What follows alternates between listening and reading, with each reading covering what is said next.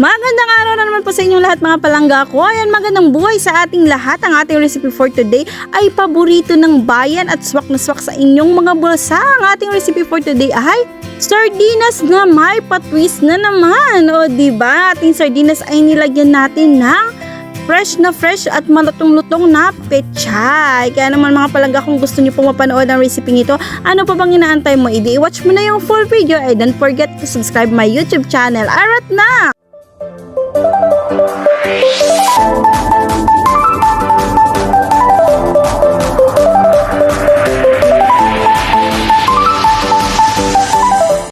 Hi! Ayan, mag-start na po tayong magluto at mag-prepare ng ating mga kailangan. So ayan, mayroon po tayo dyang pechay. Yan, fresh na fresh at organic po yan. Wala po yung halong chemical char. Wala po spray ang ating pechay, kaya kita nyo naman may butas-butas yung kanyang dahon. Ayan, hindi siya talaga makinis na makinis. Ayun, walang fertilizer. Ayan mga palangga, hiniwalan po natin yan ng ganyan. Ayan, ihihiwalay ko po yan yung tangkay ng ating pechay kasi medyo matigas po yan. Ayan ang una nating ilulubog doon sa ating gisa mamaya. Ginisa mamaya. Ayun, hiniwalay ko rin po yung mga dahon. Ayan, kasi yan ang mabilis malanta. Yun, kaya naman mga palangga, tayo po muna ay maghiwa-hiwa.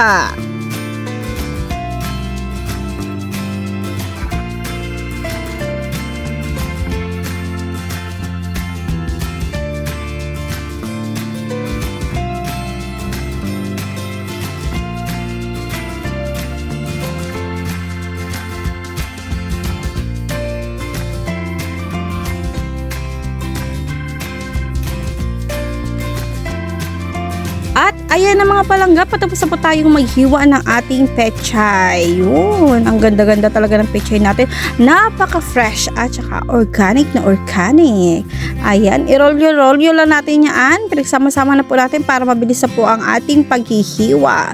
So ayan na siya mga palangga, tapos na po tayong maghiwa ng ating mga pechay. Ayun, hiniwalay natin yung tangkay doon sa dahon. At meron po tayo dyang sibuyas at bawang. Ayun, di ba? Panggisa.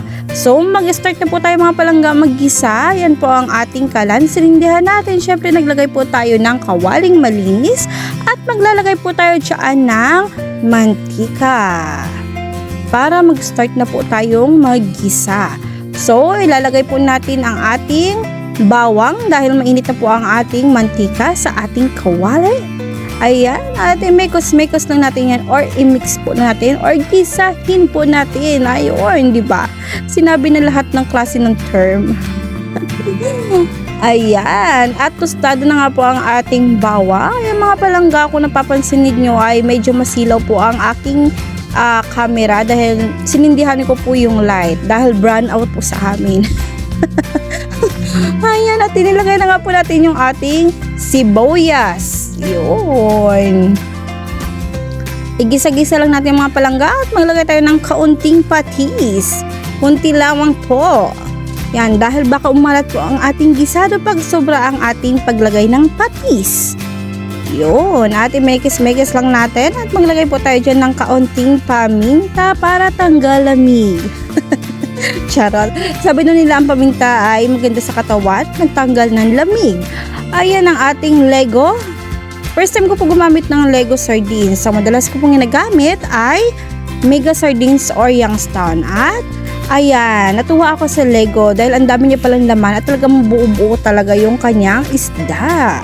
So ayan, igisa lang po natin mga palangga ang ating sardinas. At ayan yung ating dagdag ingredient. Ayan ang ating tomato paste.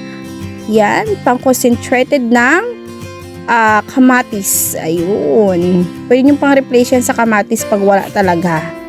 Ayan mga palangga. Ayan, optional lang yan ha. Kung gusto nyo pong maglagay niyan ay mas masarap. Kung hindi naman po ay okay lang. Masarap pa rin po. Ayan, igisa-gisa lang po natin yung mga palangga. Ayan. At kung medyo okay na po ang ating sardinas, i-set aside po natin yung mga palangga. Itatabi po natin yung ating yung laman ng sardinas. Yan, yung isda.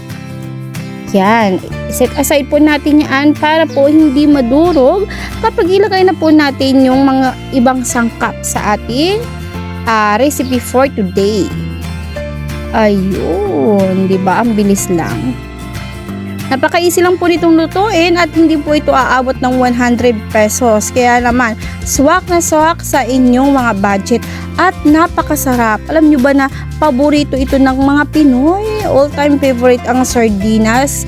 Ayan, pangbansang ulam nga ayan siya. Ayan. Ayan, naglagay po tayo dyan mga palangga ng tubig. Mga 2 lata rin ng ligo. At saka nagdagdag ako ng kalahating basong tubig. At ayan yung udong.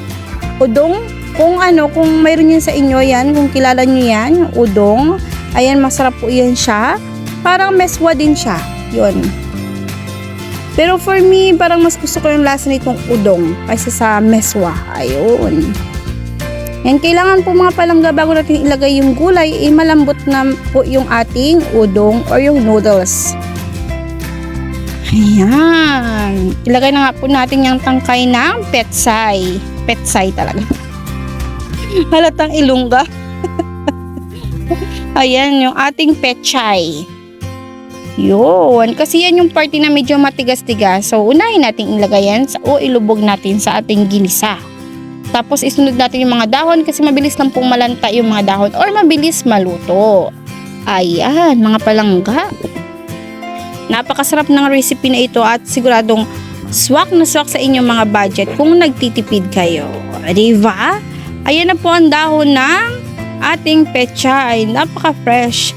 Alam niyo ba na paborito ko tong ulam na to? Naku, pag ito ang ulam namin, Diyos ko po, napaparami po talaga ako ng kanin. Napapa-only rice po talaga ako.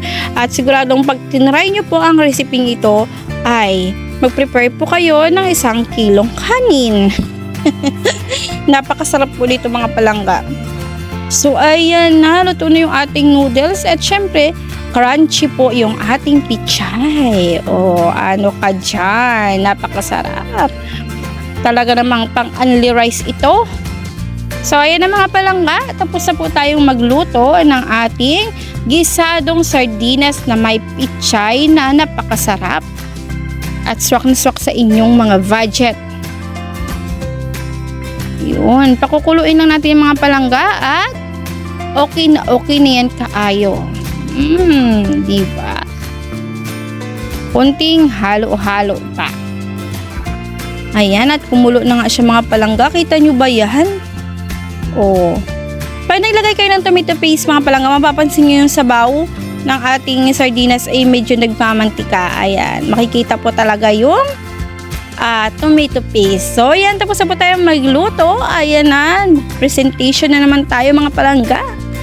O, diba? Natakam ko ba kayo? Kaya naman mga palangga, try nyo po ang recipe nito. Siguradong mapapadami kayo ng kain at swak na swak sa inyong mga budget. Ayan, thank you so much po sa inyong panonood ng aking YouTube channel. Sana po patuloy nyo po subaybayan ang aking mga uploads. At don't forget to subscribe and click the notification bell para updated kayo sa aking mga uploads. Yun. Ang sarap ng sardinas, buong buo, hindi siya nadurog, o, diba? Akalain nyo bang ginisang sardinas lang yan na may pechay? Ganyan kaganda. Ang sarap niyan guys, lalo na pag mainit-init ang kanin. O, lami kayo. Yan, thank you so much po sa inyong panonood. Bye-bye!